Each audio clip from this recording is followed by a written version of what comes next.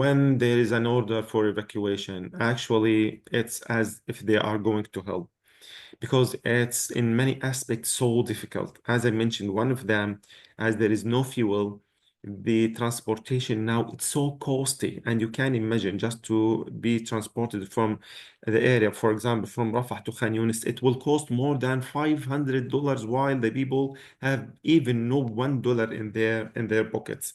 In spite of that, they are trying to walk or to use the wheelchair. And if there is, for example, a young man who with just with bilateral amputation or with one amputation or even with a surgery like external fixator and he's unable to walk, and now they are trying to move him through this unprepared roads while everything is destroyed.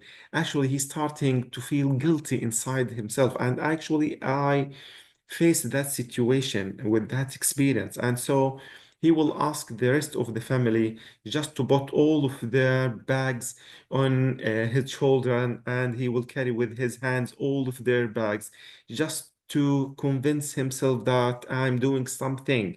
But this is not something for 1 minute or 2 minutes. It will just go for 3 hours to reach the new place, or even sometimes more than 3 hours. And in that place, unfortunately, with the new tasks for the people just to complete their lives, some of the family members now they will go just to collect the water.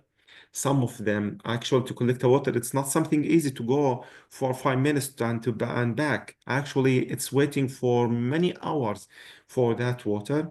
And because there is no cooking gas, they will collect wood. So some of them will just go to collect the cartons and the papers and the nylons and the woods just to be able to cook for themselves anything, even just to prepare the canned goods or something like that.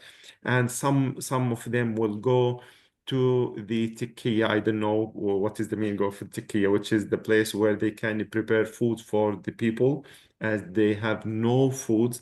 And so the rest of the family now, they have new tasks.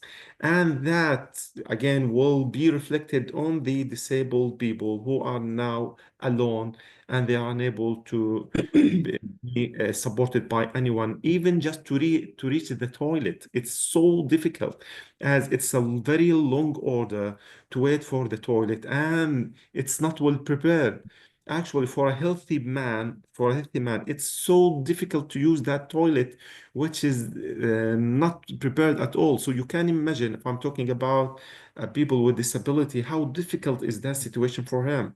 So the whole life is totally different. As I mentioned, if they hear that there's evacuation, that's equal, they are going to help.